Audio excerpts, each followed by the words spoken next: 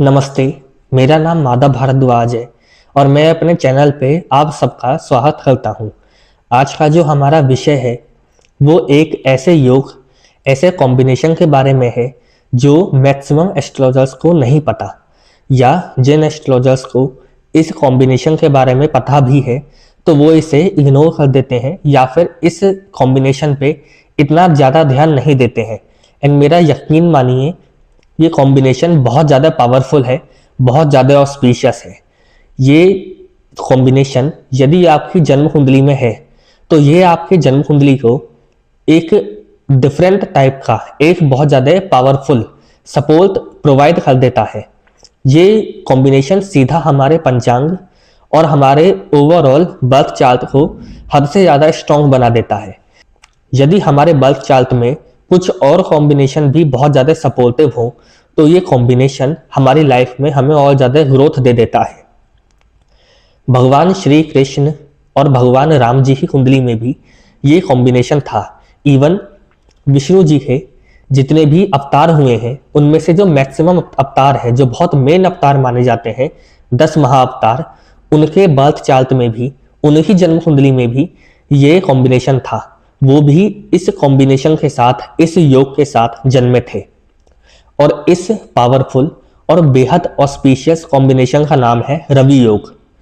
रवि योग हमारी जन्म कुंडली में तब फॉर्म होता है जब हमारी जन्म कुंडली में सन किसी भी नक्षत्र में प्लेस हो और उस नक्षत्र से सूर्य देव हमारी जन्म कुंडली में जिस नक्षत्र में प्लेस है उस नक्षत्र से चौथे, छठे, 9वें, 10वें, 13वें और 20वें नक्षत्र में चंद्रदेव विराजमान हो, चंद्रदेव प्लेस हो, तब ये कॉम्बिनेशन, तब ये योग फॉर्म हो जाता है। इस कॉम्बिनेशन को हम एक एग्जाम्पल के साथ समझते हैं। देखिए, यदि आपका सन सूर्यदेव आपके चार्ट में अश्विनी नक्षत्र में प्लेस है तो अश्विनी से चौथा रोहिणी, छठा आंध्रा, 9वां मघा, 10वां अश्लेषा नक्षत्र, 13वां हस्त और 20वां पूर्वा आषाढ़ा नक्षत्र में यदि आपके चंद्रमा प्लेस है तब ये योग फॉर्म हो जाएगा। रवि योग की हमारे जन्म कुंडली में बहुत ज़्यादा इंपॉर्टेंस है। आपने हमेशा ये बात सुनी होगी पंचांग के बारे में। पंचांग 5 अंग वाला, तिथि, वार, नक्षत्र, योग, करण। आजकल जो एस्ट्रोलॉजर्स हैं वो हमेशा आपके D1, महादशा, इन सब चीज़ों को वैल्यू देते हैं, लेकिन मैं आपको सच बता रहा हूँ, हमारी जन्म कुंडली में डिविजनल चार्ट और बाकी अन्य चार्ट को देखने से पहले पंचांग को देखना बहुत ज़्यादा अनिवार्य है।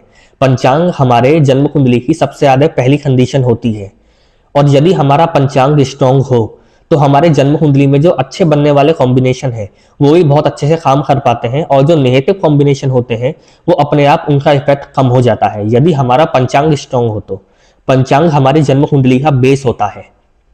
और जो रवि योग है इसका सीधा सीधा कनेक्शन हम जिस नक्षत्र में पैदा हुए हैं उस नक्षत्र से है। रवि योग 2 ग्रहों के नक्षत्रों के डिस्टेंस से फॉर्म होता है, पहला सूर्यदेव और दूसरा चंद्रदेव।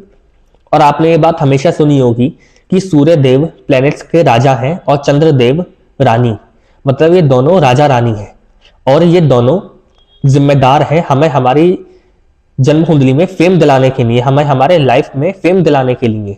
और इन दोनों प्लैनेट के इन्वॉल्वमेंट से ही जन्म कुंडली में सबसे बड़े राजयोग भी फॉर्म होते हैं। तो इन दोनों के नक्षत्रों की इन्वॉल्वमेंट की वजह से ये कॉम्बिनेशन हमें बहुत ज़्यादा ग्रोथ देता है। एंड इस कॉम्बिनेशन की सबसे ज़्यादा अच्छी बात, सबसे ज़्यादा शुभ बात ये है कि ये कॉम्बिनेशन स्पेशल फेम के लिए और हमारे वेल्थ के लिए सबसे ज़्यादा ऑस्पिशियस है।